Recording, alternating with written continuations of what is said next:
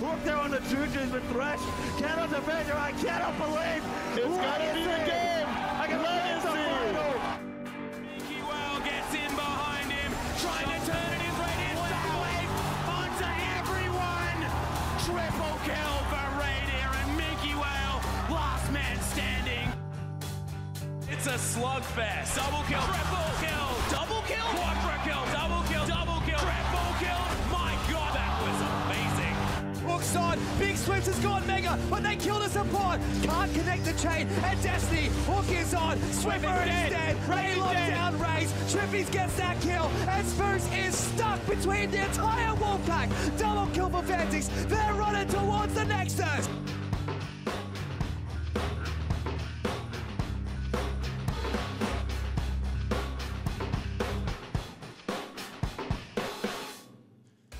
Hello and welcome to the OPL. It's Super Week, day one. We're here Friday night. It's fantastic, of course, brought to you by Hungry Jacks. You're getting a look at the boys getting ready in the OPL studios in Pyrmont, Sydney for our first set of rematches of the OPL. Hello, everyone. I'm Jake Spawn-Tiberi. Joining me is Bryce, Agent Paul. Super Week. Yeah. Quicker turnaround. Yeah. This is your first Super Week, Bryce. We had a long week last week. Yeah, we straight did. into this. We've had a lot of 2-0s over the early part of the season, and then yesterday or last weekend was real rough. So let's see if we can get 18 games under the belt today. Yeah, it certainly could be the case, because let's bring the schedule up onto your screen. So much OPL action. Of course, tonight it's going to be Legacy Esports taking on Avant Gaming before the Bombers take to Summoner's Rift versus the Direwolves. Of course, tomorrow at the usual time of 2 p.m, it's going to be Order versus the Bombers in the Melbourne Derby rematch before the Chiefs Esports Club go up against Avant Gaming. Sunday, we have another couple of games coming your way as Sin Gaming will take on the Direwolves before Tectonic face up against Legacy. Tectonic, one of the teams that, you know, maybe we didn't have high hopes of, but after taking a game last week, now a team that all of a sudden you have to watch for. Yeah, absolutely agree. They are improving week to week and surely stepping up their game. I just saw the schedule. Like, let's see the Bombers. They got back-to-back Friday, Saturday. I didn't notice that one. That's a roughie. Yeah, short turnaround, of course. Yeah. Night game into the first game of the day. They'll be jumping on the plane afterwards as well. So big weekend of OPL action coming your way. But talking about League of Legends as a whole right now, 8.3 drop this week. What did it change? What are we going to see now? Yeah, we saw a few changes overall. The big ones, Kog'Maw, Azir did get nerfed. So, I mean, in Oceania, we're blessed to have shorter game times, Jake. But unfortunately, overseas, it's not quite the case. So, hopefully, with these hyperscaling champions getting a little bit of nerfs, we'll see some shorter games, some more aggressive picks in the bot lane, mid lane. Also, we saw the big two junglers, Sejuani and Jarvan as well, take a few hits. The Q cooldown on Sejuani, she maxes that one last. So, very rough because at the max ranks, you're not going to get to that very late into the game. Yeah, exactly right. So we'll see if that changes the build order at all. Jarvan, just a standard Jarvan nerf. Just take away more armor. You used to have it on easy. You just keep getting rid of the armor. Maybe one day he just won't be able to clear the jungle. At the same time, got to talk about Spellbook. In competitive, we saw it played out of Tectonic, out of the Bombers. These two teams, they're going to have to find another way to play the game. And that's the big thing that I want to touch on, right? The Spellbook users like the Rise in the mid lane, I think those champions will continue to use it. Obviously, lost 10% summoner CDR off that from 25 down to 15. So the people that do use it, I think will keep using it. But you see it on like likes of a Caitlyn. Caitlyn doesn't deserve to have 3 summoners, 4 summoners, whatever she wants at any point in the game. So I think those champions that kind of you don't fit the style, they won't be taking it anymore. Yeah, they were just taking it for the cooldown, maybe a couple of cheeky early game macro plays, but now no longer probably going to be a viable option. However, to break down this first game, let's throw over to Laura and a couple of friends over at the Analyst Hangout. Thank you very much, Jake. Yes, today I'm joined by old friend of the OPL, Tegan. Tegan, welcome to the couch. Thanks for having me. And we have a special guest, Bailey the Beagle, because it's Lunar New Year, it's Year of the Dog, and this is the only opportunity we're ever going to have a dog on the broadcast, so we're doing it. But it's the first Super Week. We have some great games in store for this weekend. Tegan, I want to know, what's your favorite game or most exciting game that you're looking forward to? It's AV versus Legacy, right off the bat. We get the rematch. It ended on a pretty wacky finish, so Legacy going to come out thinking they should have won that game, and they're going to want to prove it. Speaking of that rematch, they did lose to AV 2-0 last time. But what are your thoughts on this series? Do you think Legacy are going to come out strong this series? I feel like they are, but at the same time, AV, they're not going to ban Zoe again. I mean, they're not going to let Zoe through again, excuse me, which is pretty much where Legacy were strong. So I'm still going to have to give it to AV 2-0. 2-0 to AV. I'm going to give this one 2-1 to AV. I think Legacy are going to put on a stronger fight today. But remember, if you'd like to make your own predictions at home, head on over to opltips.com.au where you can win a bunch of prizes. We've got some juicy $25, $50 and $100 Hungry Jacks vouchers up for grabs, as well as XP, boots, RP prizes, and of course, bragging rights. More information on the tipping competition and those prizes can be found over on the website. Our friend Tegan, he will also be answering your questions later, so if there's anything you'd like to ask the Blitzcrank God, make sure you send them over to us on Facebook or Twitter using the hashtag #LikeNoOther, and you can pick yourself up a free mystery skin. Sounds like a good deal to me. Yep, hopefully they get a Blitz skin. Hopefully they do. Thank you for your prediction and thoughts. But to get this first series underway, let's hand it over to your casters. Thanks so much, guys, and thank God we have Tegan on the couch. Someone's strong enough to restrain Bailey, just like every single time he's trying to dash through the lane, just bring him back. Is that a Nasus joke? No, like the Blitzcrank joke. He's just shooting out the rocket crap. Okay. Come on. We got what Nasus and Blitzcrank on the couch. What do you mean? That's value. That's a great lane. Yeah. Is it? Yeah, I would hit up a Nasus. Okay. Because how do you force Nasus out of bottom lane at the moment? You take someone to Spellbook into Nasus, he's just going to Q farm all day. Yeah, However, big first game coming your way is going to be Avant Gaming taking on Legacy Esports. Want to get your thoughts on this one because we've talked about it a lot. The 2-0, did AV really deserve it? Well, obviously they did because they got the runs on the board. Mimic's first game, where do you want to start? Yeah, I think for the most part, this is one of my most entertaining series. It was a 2-0, and we've mentioned it a few times now. It wasn't really a stomp. AV put a lot of priority on the bot lane, a lot of pressure down there, and you did mention Mimic in the top. Pabu was very vocal on social media that he's a up-and-coming Oceanic top laner, right? With the Korean import coming across, he was very happy to be the one taking on Mimic in his first game in the OPL. And then I think he performed overall very well. Yeah, he certainly did. Pabu, one of those players that we see is starting to emerge, had a very good Korean boot camp. He said going over there, playing against people like Marin, Someday, Khans of the world, makes you realize that when you come back, and even if you play against, you know, like the Mimics and the Swipers and the Chippies, at the end of the day, these aren't the guys that are going to Worlds and representing a region like Korea, so it just gave him so much confidence. And that's actually the matchup I want to bring up onto your screen, Mimic versus Pabu, because Mimic in his first game was actually against Avant Gaming, had a good performance, but a kind of average first game. Yeah, I think his first game of that series was kind of bad. He didn't perform well overall. First game jitters, whatever. Second game of that series, Legacy were kind of losing across the board, specifically on the bot side. So he was up there in the top lane against Pabu with kind of little to no help for the most part. But this guy came in with a ton of hype. Legacy were hyping him up hugely, and then people just around the community as well just being like, damn, this guy is really good. Pro players kind of tweeting about from scrims. We don't get to see that sort of aspect, but he's real big on the Camille, real big on the Gangplank, and we haven't had an opportunity to see that yet, but I think in his games he has steadily been improving. And I mean, that Ornn outplay versus Chiefs in the bot side of the map under that turret getting dove was just absolutely clean. So despite playing the tanks, like, you're seeing the remnants of this, and I kind of want to see him bust out a carry. Yeah, and I think the big thing for me here is that Mimic seems to be a pretty versatile player. Yeah. Not someone like a Sleeping that we know is just going to go towards the carries, not someone, you know, like a Swiper that mainly prefers to play the tanks, but one of those hybrid top laners, you know, hopefully someone like a Chippy, someone like a Tally that can provide both avenues, because those players are patch resilient, and they're certainly what you're looking for. A player that has shot up in this patch, however, is Claire for Legacy. We have to touch on him, showing that he is the out-and-out carry of this team so far. Yeah, absolutely. Tegan mentioned it on the couch, the double Zoe games. He was the only reason that Legacy were even in the running for those games competitively against AV, and has been stepping up. We mentioned it time and time again. He is now the carry that Legacy don't have lost, despite Mocha Comedy tweeting about it this morning. He won't be able to kidnap him back to Australia, but Clay really shining this season. Yeah, it certainly is. So let's bring the lineups up onto your screen and dive straight into this game. On your blue side, it's going to be Legacy Esports. They fly as one. Mimic in the top lane. Sybil is their jungler. Claire, that superstar mid laner with a couple of Talia games recently. Raid and Decoy are their AD carry and support duo. And of course, they'll have Soul Strikes standing behind them. And then of course, Avant Gaming will be Pabu up in the top lane. Only is their jungler.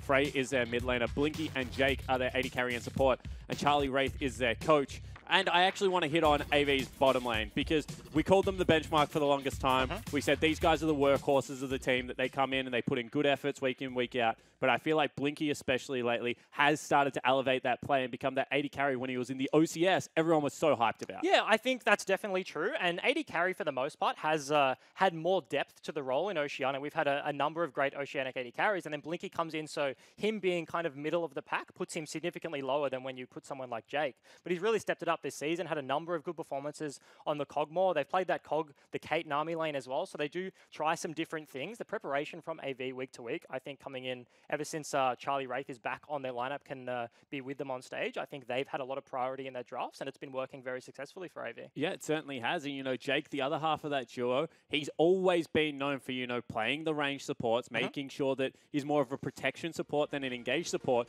And now the fact that Blinky's willing to play hyper carries, not just mid-game carries like the Kalista, like the Ezreal, seems to be fitting Jake's playstyle a lot more reliably. Yeah, 100%. I mean, we've seen a few range supports so far in the meta. We've seen Tilting, Rogue pick up some things. I think Jake has definitely proven that it has been very... 2 Nami games. Yeah, very successful. He's the only one to play Nami. Nami? I'm going to say Nami. Well, they say Nami.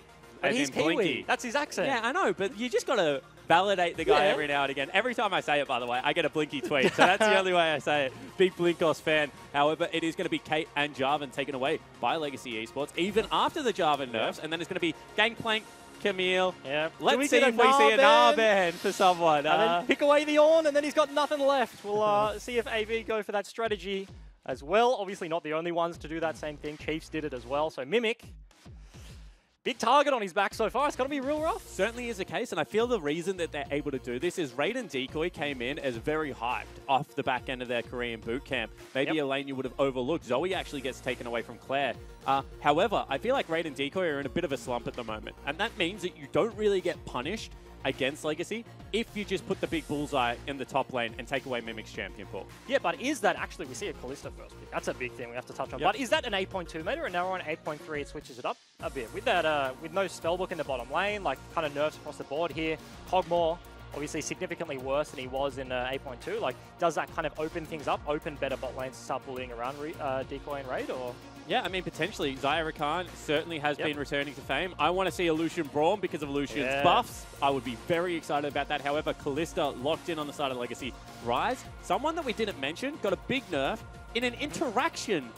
No longer ulti Zonya's available. Doesn't get that free get out of jail free card. So surprising that we see him be blind picked once again. And then Azir is going to be the answer. And actually, Mimic does get Gnar, interestingly. That's the next big thing. He's actually got his hands on it so far. And they go with Ezreal. So even though there are still a couple of 80 carries on the current patch up and available, they don't prioritize something like the Ornn. They say, we've got multiple things that we're able to play into this top lane carry, so let's take the Ezreal. Nice, safe farm lane here out of the Avant Gaming lineup. Yeah, but I mean, if you do pick something like the Lucian and go for that all-in lane, Legacy haven't picked their support yet, so they could play something ranged if they wanted. They could bully you, and if you don't get an all-in, then with that short range of the Lucian, could be rough there. So as you mentioned, they opt in for the safety of the Ezreal. We've seen a number of those so far.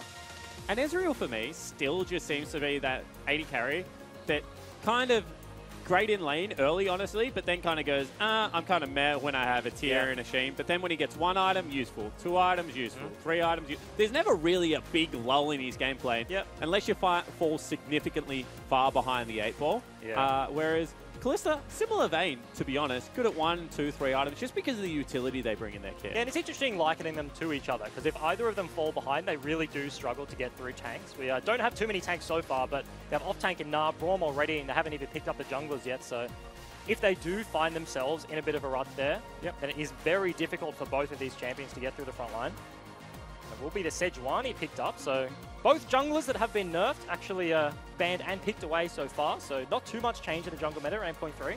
However, I feel like the fact that Kha'Zix has been taken away, Jarvan been taken away, because as I said, Jarvan's nerf is really a little bit of counter jungling early game, a little bit of early game clear health, and then he's the exact same champion. I feel like Sejuani, on the other hand, actually does feel at least significantly worse. And this would be a bit of a throwback. Shen support will be locked in. Kind of at the opening of the OPL 2018, we saw him a lot. There were so many teams prioritizing that topside pressure, but... And nothing changed, really. Nothing changed. He kind of just fell off. Everyone's like, no, we'd rather a Braum, rather a Tahm Kench. So interesting to see Decoy pick this one up again.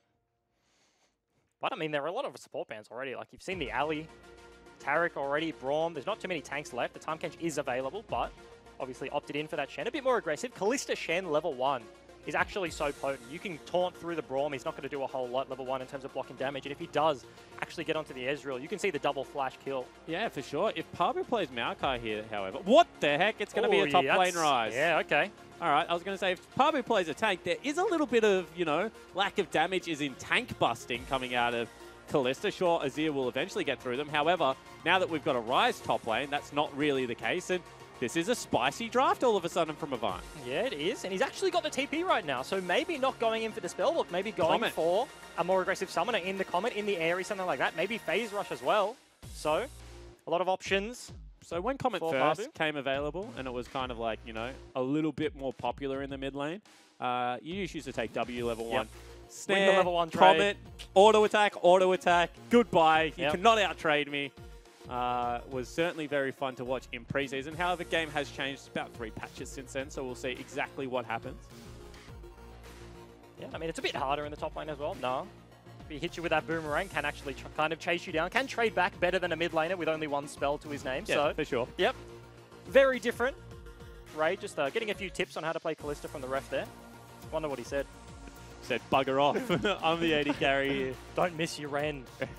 You got nothing left after that one, but... Yeah, don't early Ren. Early Ren, I feel like, we were talking about this the other day, but Kalista, honestly, right now, isn't to the point where she used to be, like, very overpowered in terms of item spiking. Yep. Because of all the changes we had. When you do have to early Ren for slow and utility, and when, you know, Feels you're bad. not necessarily going forward in a team fight, you're going backwards and your spears are running out every now and again. She can feel slightly rough. Yep, but pretty interesting team composition. I want to talk about the one from AV. We saw Direwolves have very good success in the Ezreal, Corki backline against their game versus Order Game 3. King was absolutely popping off in there, so kind of AV. Triple is a relic of that roster, so they're throwing it back there and trying to pick up the same sort of strategy going into this game versus Legacy. Yeah, and this is something we actually see a lot internationally. You know, 2, 3 Trinity Forces being picked up on a team. The Sheen procs at the moment, because you only get such small windows to actually assault turrets, come in very handy late game. Yeah, I mean, not to mention also, when you look at Legacy's comp, they have the Kalista, very short range AD carry. So in a team fight, if AV are ever ahead, I feel like Raid will like drastically struggle to actually get into a team fight because you're not getting a Corki Q or Rocket Sheen proc in your face. That's like half your HP as an AD carry, and then you really struggle to get into the fight. So it could be interesting there to watch as we progress through the game, but unfortunately not in there yet. Yeah, exactly right. We are in a pause. However, we do have Laura standing alongside with Soul Strikes for the coach interview. Thank you very much, guys. I'm standing here alongside Soul Strikes. You said yesterday that it's really important for you to take points off both Avant and Tectonic this weekend. So how was it for you preparing for 2 games this week? Obviously, we play on Friday, so we had 1 less day of scrim set to practice. So we put in much effort we can into last 4 days. You also said that people should watch out for Mimic. But even though we've discovered he has quite a wide champion pool, people are still throwing bans towards him. What is your thoughts on this? Yeah, so it gives us room for Mimic to play a lot more different champs. And if they're going to target ban him, I'm sure Brandon's going to carry and shine. Avant have pulled out Ryze in the top lane as well. Is this something that Legacy were expecting, and how will you be countering it today in this game? Yeah, Pabu's known for like these unorthodox pick, and it's sort of like Annie at top. So he's there to win lane, and later on the game, Narcissus going to become much more threat in the team fight. Well, best of luck with this game and the series, and thank you for talking to us. All right, thank you.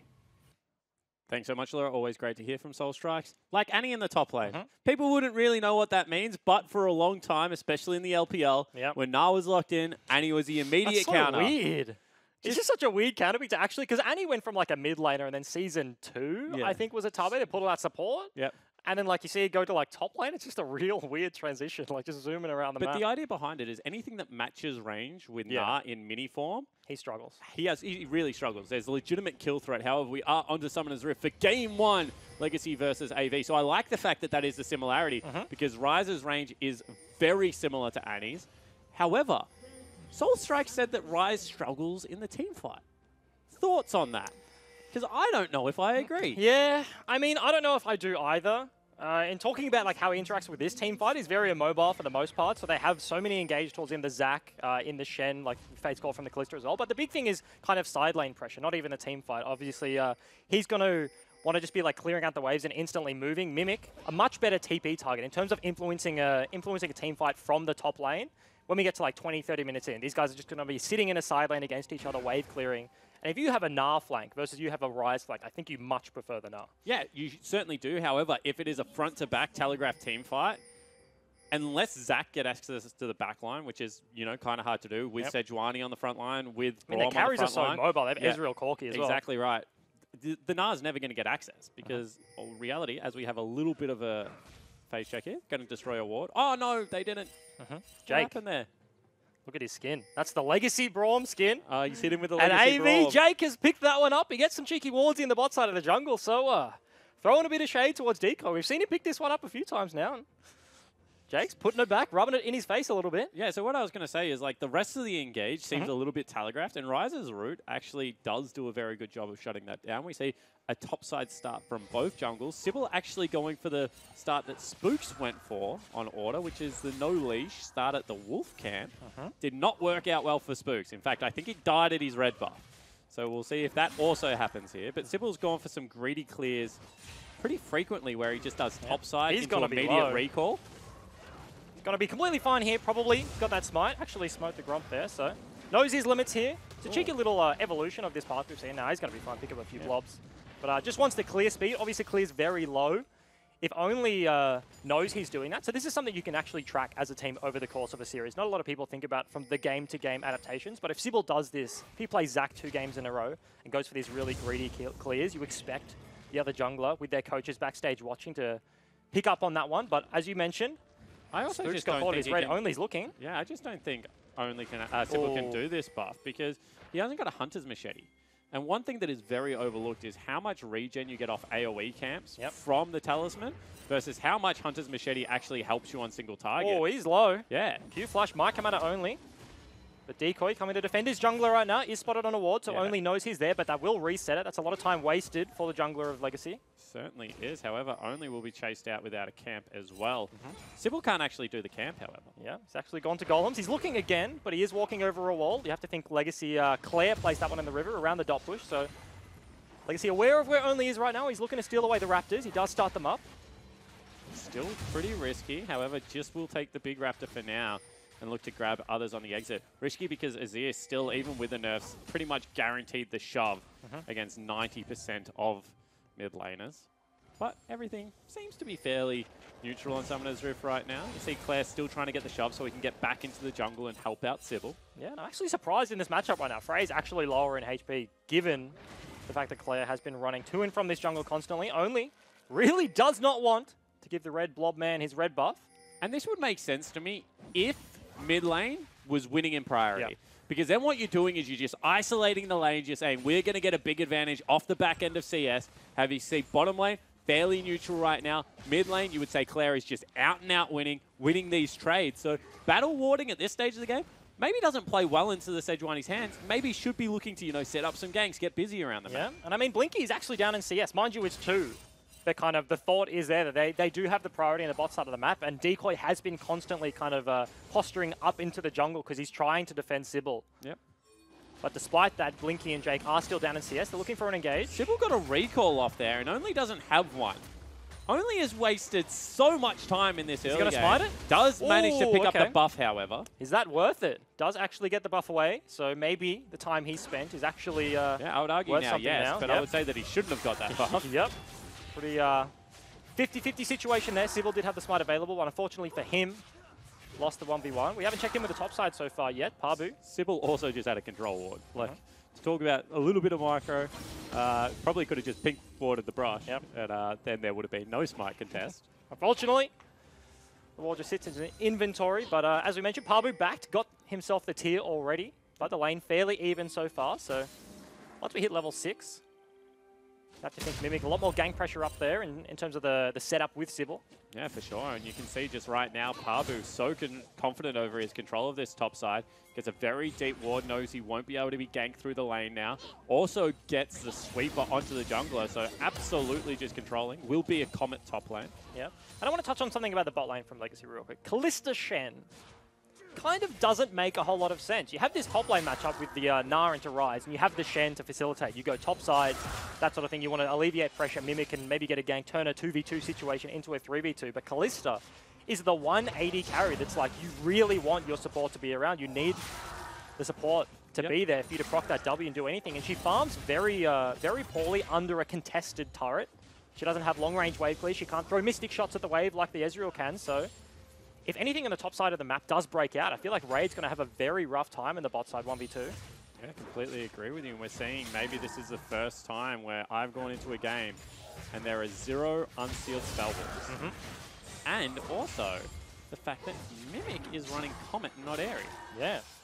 You kind of see 3 different trains of thought. You have that Comet, you have the Airy, or you have the Press the Attack. Obviously, Press the Attack, the more auto-attack focused. Airy, just the consistent damage over time, but Comet, just want to proc it with that Boomerang. Obviously, use slow, so it does more damage than the Airy if you can proc it reliably. Yeah, for sure. Maybe it's just one of those long-range battles, knows he's not going to get 2 Airy procs in a trade, so would rather the 1 Comet proc. I like it. I'm a proponent of Comet League of Legends. Bryce? Don't talk to me about your Comet Alistair. I don't want to hear it. Oh, Talk does land. Certainly does. Shield goes up. However, that's going to be decoy with the auto attack field. Does the stun come through? No. So Raid will be able to win that trade quite handily.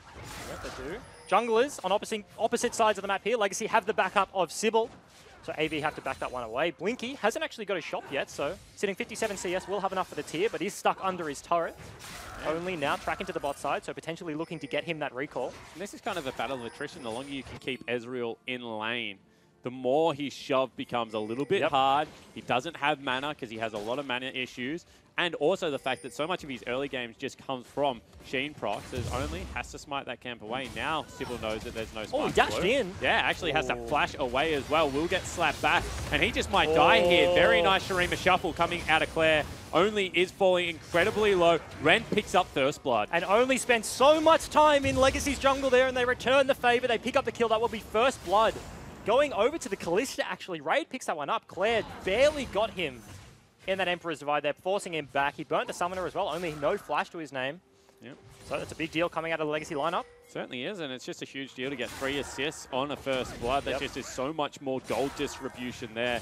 And look at the bottom side vision out of Legacy right now. They punish the Sejuani, and now they just light up her jungle like a Christmas tree. Yeah, and Only he knows about that, right? He wants to go to the top side of the map, but Raid also has access to the red buff from that kill. They are looking for a bit of a reset here, but if they could have held AV's bot lane, Jake and Blinky down here for much longer, that would have been very painful for them. The package is picked up by Frey. Yeah, I think that if they hadn't have got that kill, they would have held it there. However, having both components of the Bork that's huge at this stage of the game, it's just massive. You could see that they actually weren't able to clear quick enough. So at the same time, that's not a fantastic position for bottom lane Wave to be. It's going to slowly push in. And they're still going for invades here. Yeah, looking to steal away the blue. Smite not available for Sybil, so Frey will get that one. Possible 3v2 on the top side of the map if they go to the top lane. Claire goes over the wall. However, level 5 for Only means that there is no real punish. If that was a level 6 Sejuani, you certainly would have expected to see an ulti flung at him, but in the end, just good pressure out of the mid laner of Legacy. And now, for Legacy's comp is a big point in the game. Level 6 picked up by the Callista. Level 6 picked up by the Shen. Interesting to track if they do go for a bot play or a top play. Obviously, both of those champions facilitate one or the other. They can't do both. But they're looking to get a lot of control on the bot side jungle, and possibly the First Blood leads to this. Means that Legacy, if they just have complete control over the bot side of the map, they can keep Only out. Yep. Bot lane of Ezreal and Braum will struggle. And he didn't really get much on the top side. So if they keep him out of his bottom side jungle right now, they've kind of split 3/4 of the jungle. Yep. So only a quarter for Only, so would get him pretty far behind. One thing I want to point out is the fact that Mimic is completely even in farm. Yep. So if this is a lane counter coming out of Pabu, well, it just has not worked as he gets ultied back and now will fall very low. Pabu scratching his nose will just be able to walk that one out. However, lane counters. Bummer. Yeah, it's a real rough trade. We've seen so many lane counters over the start of the OPL. So many into the gangplank, they just haven't worked. We've seen the Gnar into the Ornn time and time again. Now we're seeing the Rise into the Gnar. We've come full circle here. So you're a big fan of lane counters. You used to play MF into Xayah a lot. Yeah, I love that match. So you used to play Xayah Rakan into a lot of the range supports when that was also very hard for range supports to dodge the ultimate combo. Is it just the case that how slow the game is, how safe people are right now, how slow tank junglers farm up in the jungle that you're really not under that much threat as a laner and you can just play it normally? I mean, that is a huge thing that I guess the average viewer doesn't get access to, because scrims, everybody talks about, you see the tweets about the volatility. Like, if this was a scrim game, guaranteed at least 6 kills right now. Junglers would have been influencing every single lane, but when you get to the stage, the nerves kicks in. You know the games are worth more. They're higher stakes, so people play safe. People don't burn potions in lane. Less trades overall, so these lane counters don't mean a whole lot more. And not to mention, when in terms of draft phase, balancing team comps, if you pick a winning lane, it's at the detriment of another lane. If you pick a winning top side, you're going to have a losing bot side. Probably there's some give and take there. So if you do pick these lane counters and they are unsuccessful, it's even harder of a punish. And I talk about this all the time. And like, I don't know whether I just do a bad job explaining it, but unless the other coach has really buggered up the ban phase, you cannot get priority in 3 lanes. No. It is just impossible. Shouldn't happen. If the team gives you priority, for example, if they say, hey, we're going to wait and counterpick your mid lane, you say, okay, we're going to pick Azir, and they say, okay, we'll take a counterpick in a Kassadin because it will do more late game and it will just kill you in a 1-3-1. Sure, you've been given priority, but you should never be able to pick for priority in 3 lanes. Yep, agree. Also, big caveat to that is priority. Counter picks doesn't always mean priority. Yep. Obviously, as you mentioned, the Kassadin into that Azir matchup won't be able to push in the Azir early. We've seen that into the Corki so far, and the Kassadin even worse, wave clear. So, big caveat there. But yeah, as we mentioned, Mimic actually up in CS after that base force out of Pabu, walked back to lane, so held the TP. 2 TPs on the side of AV right now, and they are both available. So. That's pretty disciplined play out of Pabu, especially if you pick for lane and you feel like it's going a little bit rough. To still just hold on to the summoner, walk it back, take a 5 CS, a wave deficit for it. I mean, that's good play. Yeah, but I mean, like at the end of the day, it is only that 5 CS, so you can definitely justify it there. 122, 115 so far. Only is actually up on about 3 or 4 camps so far, so despite dying his jungle, has found avenues to those farm. Yeah, for sure. And I mean, this is just a thing out of Sejuani, fleet footwork especially. You just farm quicker than the other tanks. That's why it exists. Not going to be as tanky in team fights. Aftershock obviously going to do absolute work for the Zac when he flies in. So you can kind of understand the discrepancy. However, Pabu again takes him very low. He has to teleport him and a couple of his minions back to the turret. Yeah, he's going to have to actually TP back to this lane, you'd think. Can't take 2 of those trades so far. Actually, another contest onto the blue buff. 3rd one of this game so far. Who gets it? Yeah, actually, we'll go over to Sybil. Early smite, it looked like, came out of only there. Yeah, and Pabu is sitting in base right now. Does burn the TP, so Mimic accrued that TP advantage right now. They are contesting around the bot side of the map. Only loses his blue buff, so that means Corki doesn't have it, and Claire will have the priority. And you can already see the shove is coming out. Sybil is trying to get that deep ward, however, will be caught out. Actually gets stopped mid-hop. That means Ultimate will follow. He's going to fall down to Bloblets, and this should be a free kill going over TP to from Avant. Mimic, no. Oh, he actually TPs to the ward behind. He's looking for the flank. Frey is very low, and he cancels it, so he doesn't TP to the Bloblet. He doesn't keep... actually flash snared him. He to did. Stop that TP. He cancelled. Yep. Definitely would have been a kill. Lots of things happening all over the map here. That's really weird. You have to think the communication broke down somewhere. Mimic would have had access to that fight anyway if he TP'd to the Bloblet, and potentially Sybil lived, but... Well, I think what he was saying there is if I teleport to the Bloblet, I'm going to be in the middle, they back away, maybe it's a nothing for nothing. If I'm Meganar, which he was, and I teleport to the ward behind, that's 1 for 3. 3 is bigger than 1. Let's go for the play. And then the play didn't work. Yeah, potentially. So, Legacy do burn their only TP there. Frey didn't even have to burn his, getting back to his lane after that nice trade out of Claire. But Claire already, so far, only 1 assist to his name, but influencing this map so much. A lot of members on the top side of the map right now for AV. This seems like blue buff contest all over the board. Yeah, and credit to AV. They have split the map relatively well. I think that a lot of the farm discrepancy right now is the fact that Only's had not access to the Wolves, that's a little bit too deep, but at least permanent access to the Grump camp. Package coming out, but going to take a little bit of a trade here. Triforce Clay's actually looking. Sybil's around. Yeah, exactly right. So he goes aggressive here, Frey. Will actually be able to burn him down through the ultimate. Will fall to Sybil. However, a 1-for-1 and a couple of style points right there for AV's mid laner. Yeah, and the ulti comes out of Decoy, and he doesn't even land because Claire falls down. So, big cooldown. Multiple minutes, 2 to 3 minutes, rank 1 from Decoy. So that's a big expenditure by Legacy to get a 1-for-1 trade and a 2v1. And I think like when you have a look at it, just able to go aggressive with the package. Lucky Sybil was there, so smart counter gank, but the damage that comes out of Corki at this stage, when he's not even strong really, is just so high. I mean, it's a pretty big power spike, the Sork Boots and the Triforce coming out, so... Yeah, you wait till he gets an eye in some form of Zeal item. As Only now looking top lane. Mimic will potentially get stunned up. Flash is away. Only still wants it. Where's the ultimate? There, however, Ryze is like, dude, he's under his turret. What do you want from me? He's like, dude, I flashed to cancel the TP. I got no flash, man. Can't keep up. So, Pabu can't make himself useful in that play. Only does burn his flash, but gets the return from Mimic. That was kind of funny. Yeah. Dude, where's my flash? Not He's here. like, come on, man. Why aren't you ulting under the turret? Got to help me out, as we see one more time. Velt used in the mid lane. And which of these teams, like, we're having a look at it. Push is coming in everywhere. This is a very long laning phase. Who's scaling up? Who are the people to watch throughout this mid game? Yeah, I mean, Azir is definitely the big one so far. Claire, already kind of ahead in this matchup, has found himself in both sidelines so far. I think the scaling does kind of serve Legacy in that regard. But then, I mean, in terms of the team comps, I think the biggest thing is kind of the misnomer in this Ryze versus Gnar matchup. Actually, Legacy setting up for a bot dive, so we'll hold that thought temporarily, only pathing to the bot side of the map, so they have about a 10-15 second window. Yeah, Blinky probably needs to just ult the wave and get the heck out of dodge. That's a Will low ultra turret. right there. Turret will just fall down. I do not know they can stay. They don't.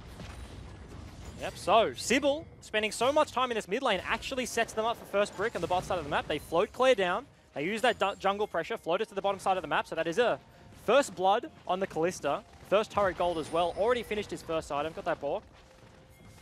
They do lose a bit of a chunk in the mid lane, though. And it looks like a lane swap coming out here. 2 items have been picked up for Blinky, as well as boots too. So even though he is down, still in a relatively good place as far as power goes for the Ezreal. And Jake, I have to touch on the scoreboard. Yep. See those numbers on all the trinkets? Yep. I hate it. I hate the vision score. When I'm playing solo queue, I want to know how many wards my AD carry has in his trinket. You know, when you're rotating the wards in the river. Yeah. But unfortunately now, this gives you the vision score. Yeah, Come on, man. Just show me the wards. I'm not a big fan either. Yep. I actually didn't even know what it meant. Oh, okay. I mean, I For a didn't in bit. my first game either. Yeah, and then I was like, what the heck is this thing? Like, you don't have 12 wards. Good ward, actually, from Raid there. Spots out the fact that Only is in the jungle.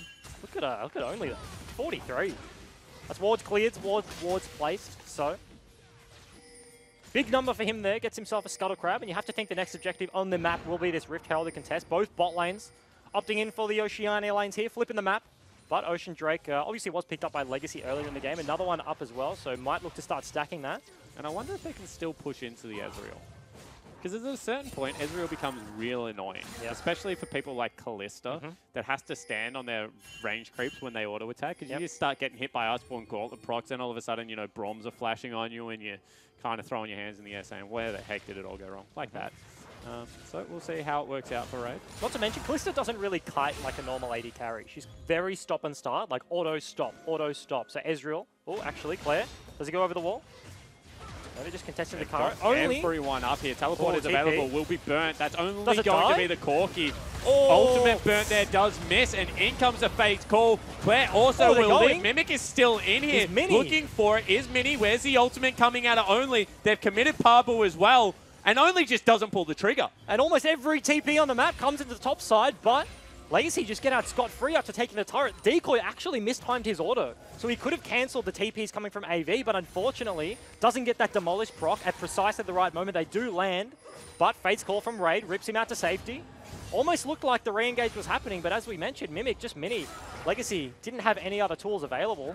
And you just really walk away. have to question Only not pegging that ult at someone. Yeah. With 5 members there at this stage of the game, you even hit a tank, they're going to die in the duration with a Sedge ult. Yeah, I mean, you've committed 2 TPs. You have to get something, even if they flash it. But, I mean, in this situation as well, they do have it available, but Legacy have just respected it. They do back off. Mimic does have access to the TP, so he does actually choose to go there. Is this going to die? No. This is such a strange game. They get out of the Ryze ulti. Where was Taunt from Decoy? Like, what is going on? This is weird. This is real weird. Maybe he used it to get under the turret. Wanted to get back to the lane, you know. Bit of a gap closer. Actually engaged coming from Sybil. Yeah, he gets hit by the ulti, Double flash. and that's going to be the flashes out. However, knocks them back together. Commands. Good Taunt into a huge Mega Gnar. Fantastic layering of CC. And Jake, this is one of those stopwatches you just don't like to see. That's going to be a double kill picked up for Raid. Parbu also has to burn the flash. And AV looks so all out of sorts. They're actually going to be able to catch Blinky. Fantastic Q into flash auto attack. Sybil falls very low. And finally, we'll get a little bit of normalcy. But Legacy are running over Avant. Yeah, and you mentioned Only didn't throw that ulti, and I feel like AV just got overcompensated slightly too much. They wanted that turret. They knew Legacy had backed away, but they just stayed for too long. Mimic channels that Flash TP. and ulti available. Could potentially have looked right there for Frey, who has to back away. And Legacy look like they mean business. We've already mentioned it, but when they came into this match the first time around, Legacy did not expect to be 2-0. They were looking for, you know, building that pressure on the ladder, making sure they are one of those top 2, top 3 teams. They feel like even though they had a rough offseason, all the ducks lined up for them. They were able to bring over Mimic. Claire had a much better offseason. Decoy had a huge offseason that people didn't expect. To fall down 2-0 to AV, they really want to take this one. They would have just hated it, to be honest. 100%. I mean, this is kind of a Legacy early game. This is how they win, right? It's very, very passive for the most part, very slow early game. Don't make too many proactive moves. AV and Legacy were kind of trading blue buffs on the other side of the map, so. But now we've hit that 20-minute mark. And I feel like that's how you beat Legacy, is they like to play Korean League of Legends. They play very slow, thought out, methodical. Potentially Frey going to just package on Sybil's head here. Does not look for it. Instead, he's looking for Claire again. And I was going to say a little bit of chaos, a little bit of havoc in the early game. Seems to upset them. In goes Frey. Will get Emperor's Devote, as well as the fact that Pabu is coming in. Will force out the flash. Yeah, we saw the changes on that Azir ulti come through there. You can actually travel through the wall once it's been set up. But AV looking to get this mid-turret, looking to answer there, but can they get it? Sybil's looking. Yeah, and they just did not auto-attack it. Now Pabu's in big trouble. Claire gets taken low. They have to hit the turret once. They both don't. They just flash away. And this means that 2 members of AV should be falling down. Taunt flash out of Decoy. Will pick up Frey here. They give that one over to Claire. Slapped back is Jake. And somehow on the back line, Claire died. Yeah, Blinky gets the snipe, but AV just overcommitting time and time again. They really want these turrets. They're just baiting them so low. Can Sybil get another engage? Yeah, looking for it. Blinky is doing so much damage on this backline. There will be the ultimate. Huge Gnar coming out of Mimic. He will be exhausted and they'll have to back away. And you can see that Raid's still just falling down. Has to flash out of there. Houses and everything flying out of the Legacy lineup. They will not get punished further. So many slows coming out of this 3-man unit of AV. Burn a few flashes on the back end of that fight, but once again, they do get the turret. They do equalize that one in the mid lane there, but and Blinkos is putting the entirety of Avant right now on his back. He's got broad shoulders. Said, mate, jump in the chili bin. I'll take you to New Zealand. They do get a consolation Ocean Dragon here. Bit of regen, but gold lead, fairly even across the board. Kills 6-3 right now. But we are after 20 minutes, 23 so far. And we have actually seen in the OPL so far this year so many 20 to 25 minute Barons. We're going to take another look at this play. Sybil actually cancelled the Valkyrie there, so that is huge. And the turret, literally 1 HP, 1 auto attack would have come out, but they just chased them down. Taunt lands. Jake kind of finds himself in trouble here, trying to help out his teammate. Mimic just slowly building the Gnar, and there we go, Claire. Unfortunately for him, gets sniped, and we see this Gnar bar around 50% right now. You pick up the turret, but AV just kind of staying around for too long. Right here, Taunt just misses, and right now is the turning point for this team fight, right? The ulti comes out from only. Blinky applying slows. Mimic gets a good engage, but with that exhaust and Raid is just so slow. He's auto-attacking so incredibly slow to burn a few flashes, and this game so far has just been a league of overreaches. Yeah, if you go aggressive first, you lose. Yeah. The reason I was pointing so frantically at that turret is it got 3 turret shots off when it had 1 health. Just get ulted, boys, and hit the turret once. It's a lot of damage for 1 HP. I mean, that is a value turret at that stage. If a turret at like sub 10 health gets 3 turret shots off in a team fight, MVP turret. But however, scaling coming out, that's going to be a Bork picked up right now. So Blinky, way stronger. Actually, can we just get a look at the gold? Because somehow I feel like Blinky's stronger than Raid. I mean, they're within touching distance. 400 gold, and Ezreal at this stage of the game just looks like he's doing more with it. Yeah. 100% agree with you there. Kalista has that ramp-up time in a fight, as only is looking for Claire, but doesn't pull the trigger. Also she needs to build a QSS. So, yeah. So, you know, what's that? 1,200 gold have just thrown in the bin. Who needs a QSS? Yep. Not when you've got a Decoy, get me the McHales. A ninja to stand in the way, you know. Ninjas are traditionally not very good at tanking things, so maybe that's the reason he felt like he needed that sash. I mean, what's a sash? Why does Quicksilver sash get you out of CC? Do you, like, wrap yourself in it and then, like, glide through? Well, I think the point is, like, it's... Nah, I don't know. Is it like, does it go on your head? It does. It's like a thing that wraps around your head. Sash goes around your belt. Oh. Surely. Okay. I mean, it's too small to go around his waist. I mean, you're a pretty skinny guy. I didn't say my waist. Well, Calista hasn't got big hips either. Come on. Okay, Legacy setting up around the Baron, as we mentioned. They do have that good secure with the Ren, so do they look to start this one up? I mean, I feel like they can't. honestly, you get caught in a Baron pit against a Rise Corki as well as a Sejuani. You lose the team fight. Jake going to get engaged on here. Does he need to ultimate? No, he just hops away. And potentially that was the overreach. Nice Sybil has to stopwatch. Will take a truckload of damage on the back end and flash anyway. We'll see, once again, you were mentioning, try to do a Baron against this team. Ezreal and Corki will just fling Mystic Shocks, fling the rockets at you. So hard to start it up if they are alive, even with the numbers disadvantage. Once again, we've been saying this game is kind of a league of overreaches, but the compositions just lend themselves to that so hard. You mentioned Sybil looks for the engage, doesn't quite land it. The taunt just misses from decoy. So he has to dodge the CC, because as soon as he gets stunned up, so much poke is coming out of the carries of AV. Can't really believe he flashed there, though. I think that's a situation where Zach ulti gets you out of 90% of that. I mean, not to mention, decoy actually dropped down the block shield. Yeah. So the auto attacks wouldn't have procced that Braum passive, so bit of miscommunication coming out of the Legacy guys there. And I feel like Flash is so important for Sybil because he is, and I'll go back to this, and like, Gnar is such unreliable engage unless you are a fantastic Gnar player. Really, they have Sybil and Taunt Flash. Yep. That's all they have coming out of the Legacy lineup to start a fight against so much poke. This is an E Flash Zach game, right? Yeah. Because he's going to E and Ezreal's going to Arcane Shift and Corki's going to Valkyrie away. If he gets onto Parbu, sure, doesn't have a dash, but he's going to need that extra jump after his slingshot lands to actually stick to the carries. So that being down is a big cooldown, and as we mentioned, no spellbook, so it will be a full 5-minute cooldown for Sybil there. Certainly will be. You can see Parbu starting to scale up, now has access to a Morellonomicon. Infinity Edge picked up on the mid laner. Last Whisper picked up for Blinky. So at this stage of the game, damage per second on the Ezreal will be significantly higher than what it will be on the Kalista, unless the team fights go for 30 seconds plus. It's a long team fight. Lots of spears need to go on people for Kalista. However, Claire also in a fantastic position, 2-2-2. Will be looking to do a lot of damage. You can see pings coming out of Legacy right now. Yeah, they're looking for the flank. Deep teleport coming in.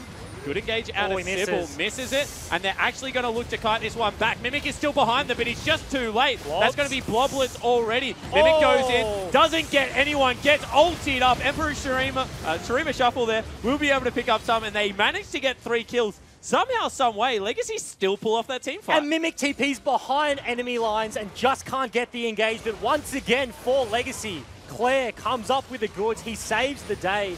That's 2 kills, 3 kills to them, and they're starting up the Baron. Yeah, and they're going to be able to grab this. There's no way you can contest.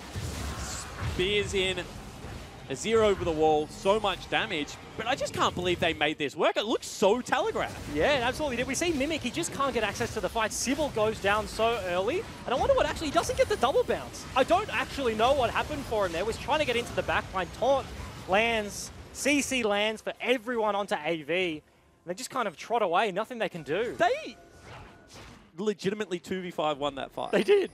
Zach Ray did nothing. Didn't do anything. Ray Zach was did dead nothing. in blocks. Decoy did nothing. Decoy landed a taunt onto Rise, but Claire and Mimic killed everyone. I mean, it was Claire, to be honest. Well, Mimic at least took like 6 CCs to the face. That was a questionable interaction. I feel like he should have got that double bounce. I feel like he should have. Onto Rise. I don't know what happened there. Potentially a bug, but the game goes on.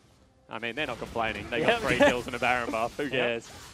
Yep, they're looking at the bot side of the map right now. Mimic is in the mid lane, and the wave on top with Parbu is so far away from the turret, so they can just dive this happily. No TP available for the Rise.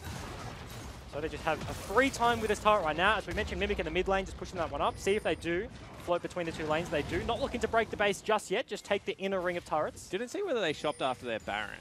Because they assume they did. You would assume so, but, you know, looks to be a lot of unspent gold.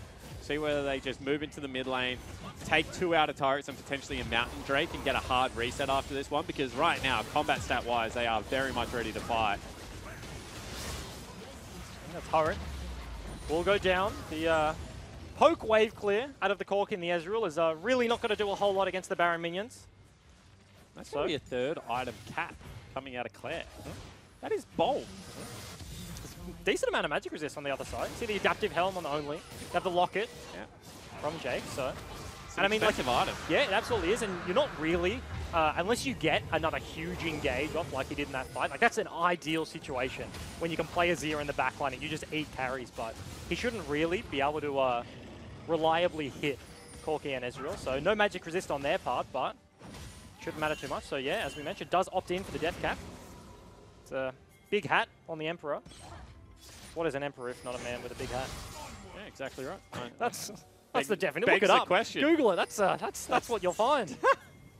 At the same time, you're going to have Infinity Edge plus Rapid Fire Cannon picked up for the Corki. So whilst not a static Shiv, which is my personal favorite on Corkis, still will do a boatload of damage. Yeah, I mean, you don't really want to be matching range with Claire. An auto Q combo out of these is going to do a lot more than a Shiv proc out of the Corki, so he wants that Rapid Fire to keep him at arm's length. I think Claire's used his last 2 cleansers, by the way, to get rid of Exhaust. Yep. Which I mean, that's good. Yeah, fantastic interaction. If they've already burned all their CC, you can use it to get max DPS out. I mean, not to mention, if Jake is in exhaust range, he will just get eaten alive by an Azir as soon as that wears off. Having flashbacks? Absolutely. I hate Azir. Azir and Cassio, the 2 champions that if you're a support and you gank in the mid lane, actually isn't engaged. No. Potentially, clear in a pink. But if you gank like an Azir or a Cassio, you miss your CC, you're just dead. Yeah. Absolutely dead. Even worse is when like you throw out a hawk, it lands, but she screams at you so you get a stone, she cleanses and just runs you down. Hate it. Absolutely hate it. Stopwatch is still available for Raid, so has that QSS, has the Hex Drinker as well as that Stasis available. So many tools.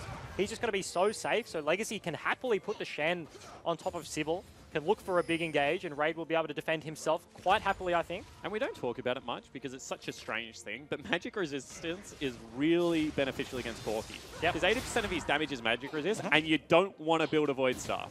So any kind of magic resistance you can pick up against Corki means that little bit extra that you're just not getting one shot in team fights. I mean, not to mention, Callista is not a lifesteal tank, but she's a lifesteal AD carry, so has that double lifesteal already. So if you're shredding off the burst, you will just heal it back up over the course of a fight. So if you don't get one shot, it's a huge deal coming out of Callista. Has access to all of his summoners. Almost every summoner is up on the map right now. Pabu has no TP, and so does Mimic. Claire's flash barely just off cooldown, so... Yeah, Claire and Frey's are going to be matched right now. You can see Frey is looking for something. Really wanted that pick onto Raid, but he knows that there must be decoy nearby. And Raid is actually the safest Callista. That's a Knight's Vow on top of the resist, on top of the QSS, on top of the stopwatch. We were just mentioning it, and it just gets even worse. That's a 12% damage reduction, so as long as Decoy's around, I feel like Frey's going to have a super hard time actually dealing with him, despite being level 18 already. Yeah, completely agree. He's farmed so well. He looks to be pretty strong at this stage of the game, but we just haven't seen Frey have a good team fight. We've seen Blinky clean up the back end of one. However, this is only a 3,000 gold lead at 33 minutes in, and it looks like so much of map positioning right now is actually in favor of Avant Gaming. Legacy spent a lot of time trying to get Corki off that bottom lane turret, and it means that with Baron coming up in a couple of minutes, might struggle to regain control of that position. Yeah, and I mean, Legacy used their Baron to get those 2 turrets, and not a whole lot more had run out. And they're playing this very respectfully, very safely. We mentioned the gold lead within 3,000 here for these 2 teams, so they're just kind of playing it slow for the next minute and a half until that one spawns, and you have to think it's going to be a huge team fight. All summoners available.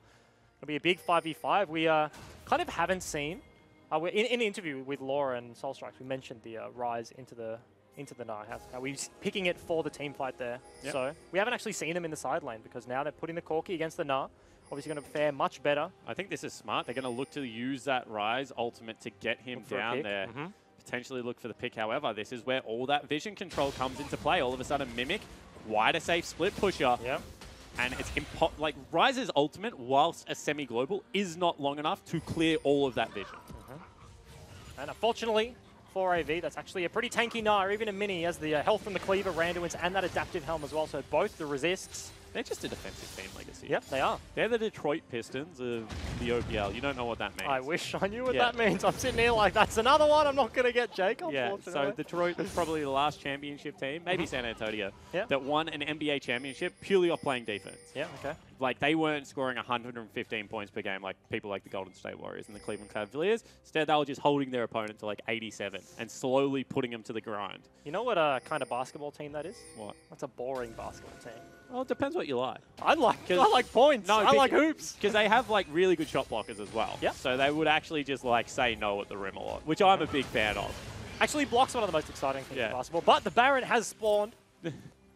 So back to League of Legends here. Sybil, not level 16 quite yet, only 15. Practically the same game, mate. 5v5. Yeah. I actually I had to describe League of Legends to people that didn't understand. Did I was you like, use a basketball it's kind of reference? like basketball, but the refs also play the game. Like each ref is like a dragon and a baron. There's things in between. Yeah. I feel like that's pretty good. I think that's I a could pretty dig good that. explanation. You know, they each have roles. You got point guard, you got a support. Yeah. I like it. Yeah, I back it. So there we go. AV, obviously taking advantage of those 2 recalls out of Legacy. Sybil and Decoy did base, so now they get control of the river, but the Crab is Legacy, so they see what they're doing. Elder Dragon as well as Baron are going to be alive and available at the same time, so potentially Corki split pushing could create a big pressure point. You can see QSS is picked up for both carries right now, so a little bit more durable against the Azir.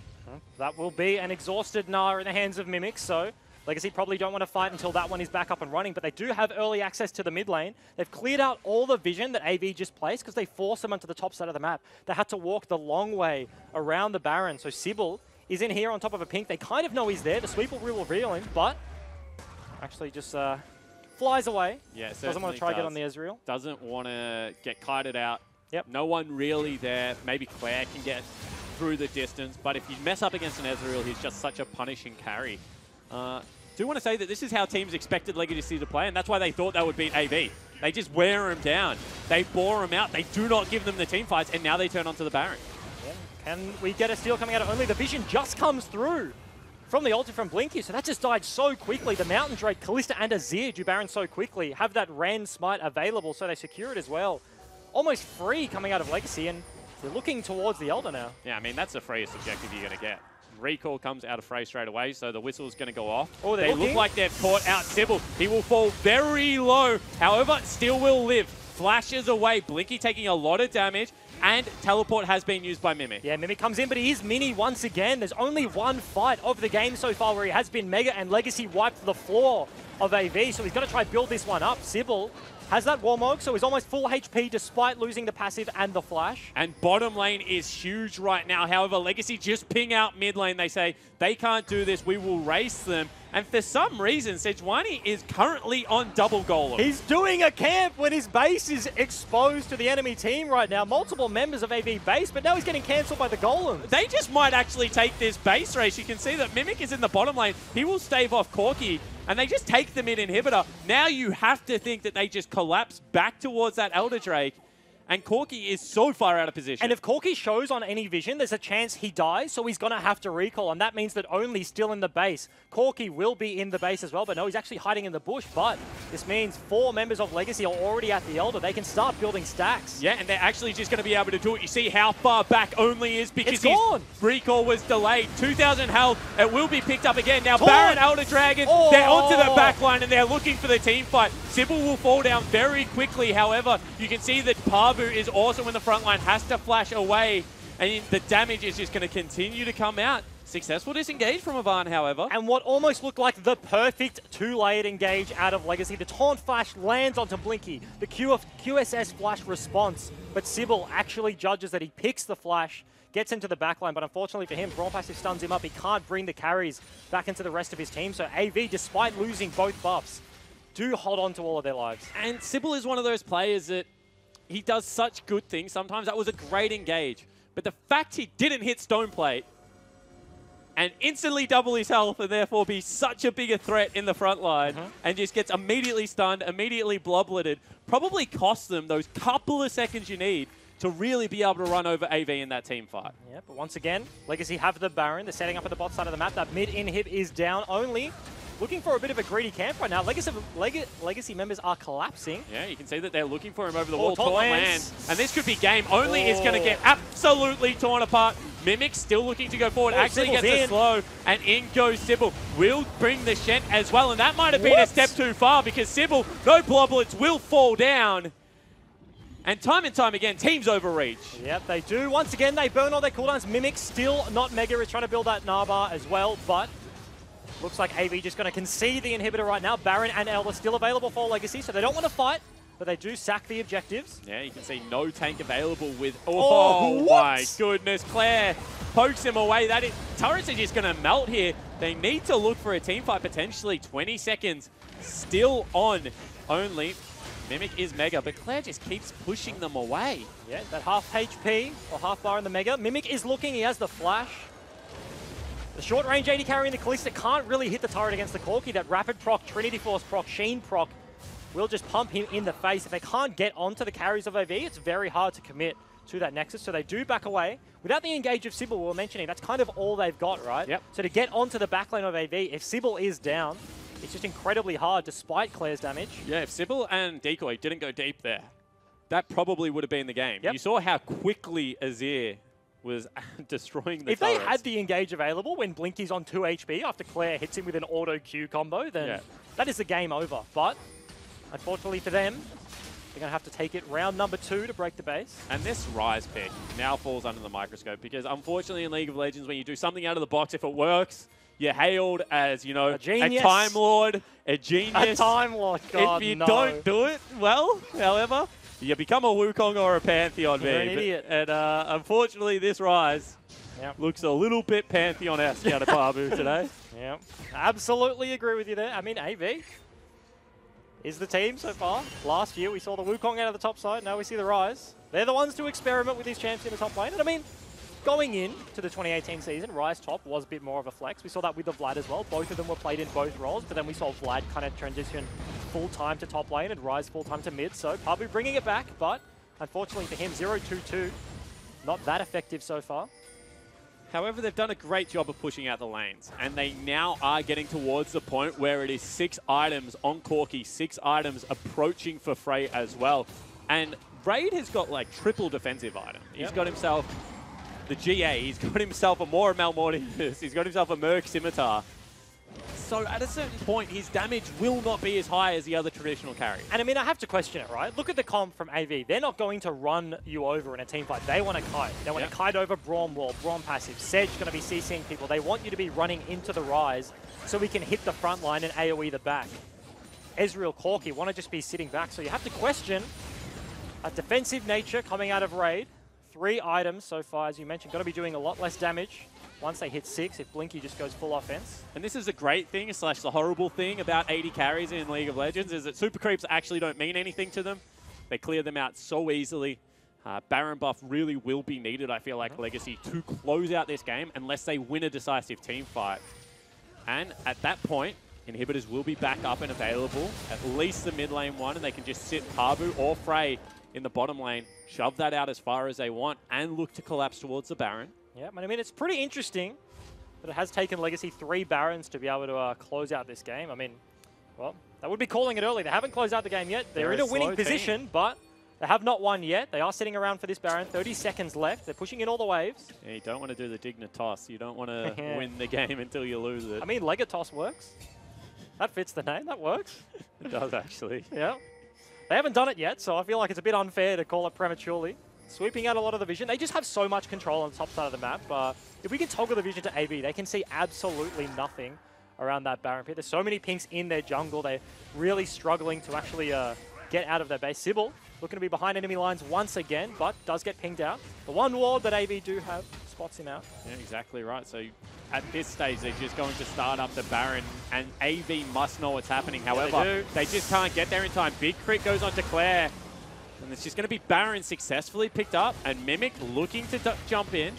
Just so quick on that neutral objective there. Legacy get another one. 5v5, 5 members all available for AV, but the Baron goes uncontested. Just looking to shove it up mid lane. Blinky. You can see they've actually got both 80 carries sitting on the flank. That means they're not going to have access to their base. In fact, Blinky has to go the long way around. Both of them sitting on a ward right now. Yeah, and that's Blinky's E burnt as well. He doesn't have that dash available. Looking to poke down Claire. Had a few cheeky hits there, but the Ocean Drake will be healing him back up slowly. Frey has the package available, so could actually split a fight as it does time out, unfortunately for him. Legacy playing this very slow so far. And this is going to come down to an explosive team fight. Yeah, it is. Because Avant aren't one of those teams that will just let you take their base. They'll probably look to fight on this turret or at least on an inhibitor as Legacy come into a choke point. And honestly, with all 3 inhibs back up and available, this is still a very hard base to break. Yeah, you 100% should fight on the turret.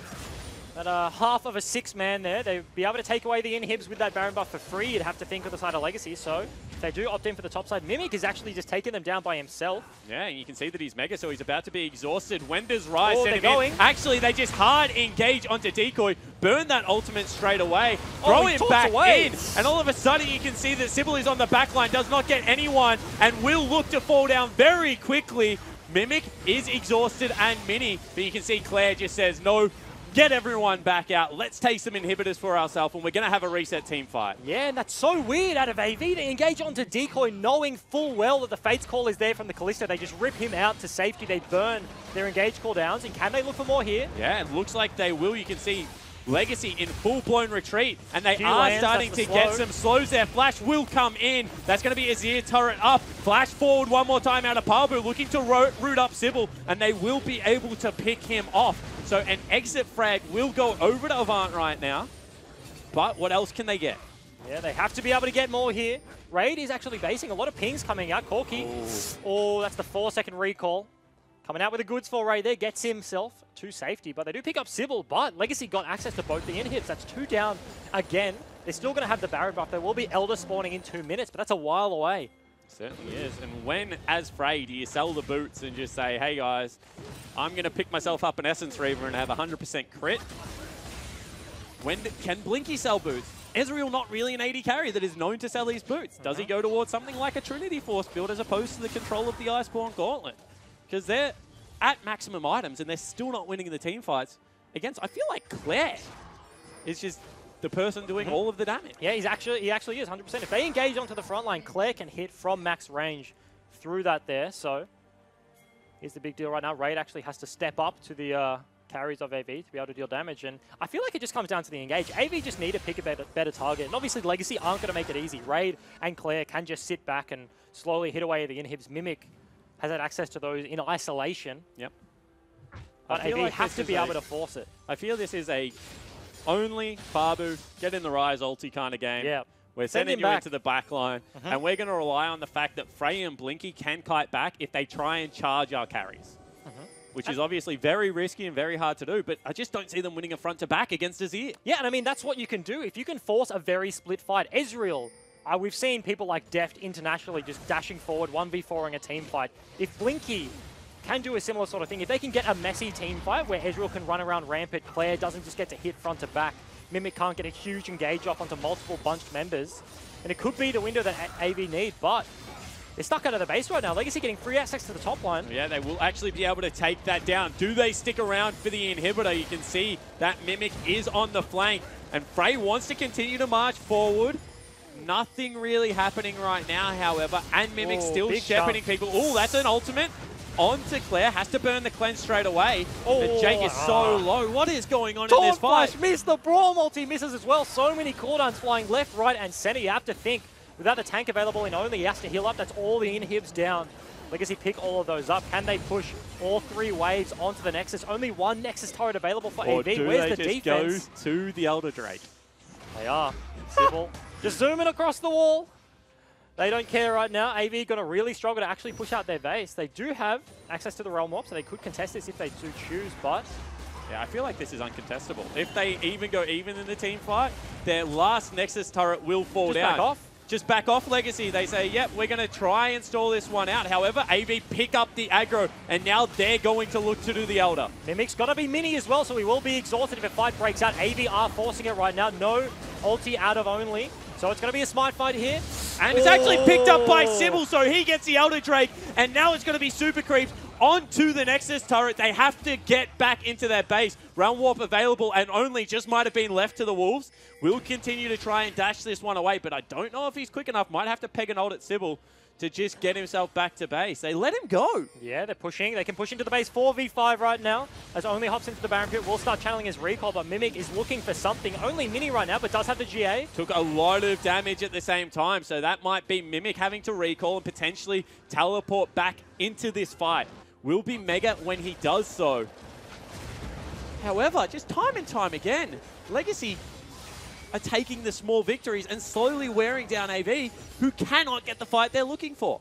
Yeah, it's going to be 6 super creeps whacking away. The engage gets onto Rage, but that's QSS. Yeah, exactly right. In goes Sybil onto the back line. We're going to see the final front-to-back team fight. Only is very big, but will eventually fall down. And you can see Parbu on the side. He's just doing nothing. Claire goes in. He gets Jake, and they're looking for the rest of the carries now. Delivery system of the Corky into the back line. However, Claire falls down, and now it's going to be up to Blinky and Parbu to try and keep them off the turret. It will not happen. Parbu falls down. Blinky will be stunned up, and Raid is still up and available. And Legacy, in 51 minutes, will look to take game 1. And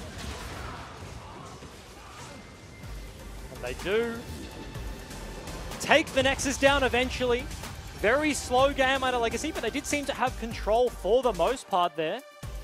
The entire game, really. That counter pick in the Rise into the Nard didn't seem too effective onto Mimic. Got a smile on his face. Looked completely fine in that matchup there. And it looked bad. Yep.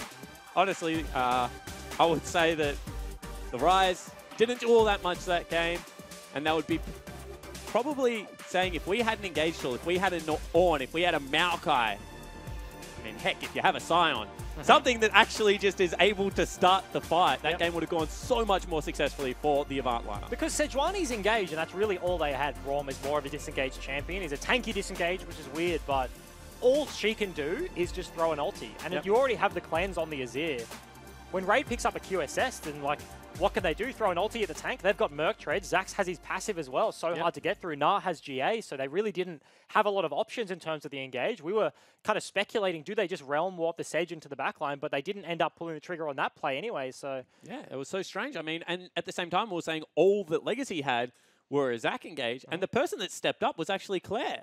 He was like, okay, cool, Zac goes in, secondary engage, I know it has to be me, I know I have to go fish for carries, and time again, he was either able to get them or burn key cooldowns and split that fight up. Yeah, and I mean, Legacy's engages were always two-part, right? Like, Sybil, we saw overreached a few times against that Ezreal, got punished in the chase back, but I feel like he was getting into the backline. His engage wasn't sticking, but that was the window for Mimic to be able to jump in. For Claire in that one play we saw that kind of swung the early game wide open, gets into the backline, onto Ezreal, onto Corky, and just eats them alive. And he was an absolute monster again this game. Claire, maybe a little bit of a slump last week when they were playing the Chiefs in game number 3.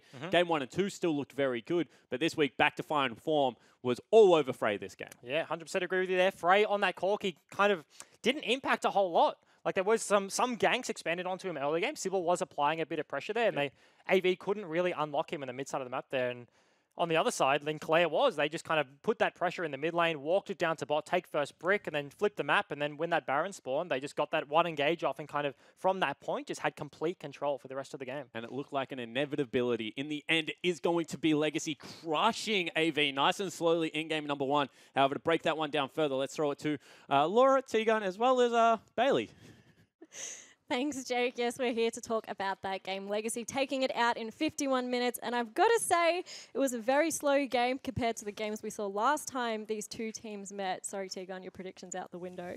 But right from the get-go, you were saying you think Legacy won draft, even though Avant were able to pick up the Rise counterpick. Yeah, the Rise counterpick is cute. It's obviously something they prepared. Parbu's come in and said, I want to show how skillful I am, and wants to beat his chest and prove he's a bigger man. Didn't work. No. But the big thing was, I'm not a fan of Ezreal. I feel like anytime a team picks Ezreal, they're not going to have the damage they need mid-game. AV tried to supplement that with Corky, but if you go to the late-game situation, which is where ADC should shine, Azir is going to shine as well. And we saw that Claire just did phenomenally all game, putting out just a ridiculous amount of damage. And with Shen's support, you also negate double ADC as well with his taunt field. So it just felt like Legacy came in, were prepared for everything, and even though AV got the Rise counterpick that I assume they planned for, it just didn't pan out. I want to talk about Claire and Mimic as well, because they both had great awareness and positioning.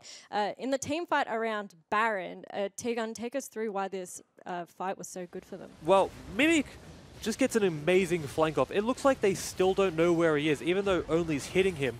And while Mimic's going in, soaking all that CC, soaking everyone's attention, Claire kills the most important people. He kills the Ezreal, Corky's gone, Braum is dead, so they win the Baron off this. And when you win Baron in this situation, you don't use it to end the game straight away. You don't go for the base, you don't take it into him. You use it to just gain a lot of control, get wards out, and for Legacy's sort of style, they slow the pace of the game down. Almost agonizingly slow, but it works for them. And that's how they win games, is just slow the game down, take objective after objective, and let your team scale up and let the Azir do what the Azir wants to do. These slow games are what Legacy are known for. But Tegan, what do you think Avant need to fix up going into game 2? Don't do cute things. Don't pick Ryze again. It's as simple as that. They did well last time on conventional picks. They let Zoe through, which is unconventional, but they themselves just didn't do anything fancy. They played what they were used to, what they were good at, and worked from there. So go back, maybe look at Ornn, maybe look at Fiora's another sort of standard pick, but it still shows skill on it. Did they ban Gangplank? AV ban Gangplank, perhaps they could look to pick that up as well. It's another champion where you can show your skill on it, but it's a lot more conventional. So you still let Pabu shine, but do it in a more controlled way. Looking forward to see if AV can bring back game 2. But we asked you at home if you want to ask Tegan questions. And you can still send your questions in for him to answer later. Send them in to us on Facebook or Twitter using the hashtag #LikeNoOther. And you could pick yourself up a mystery skin.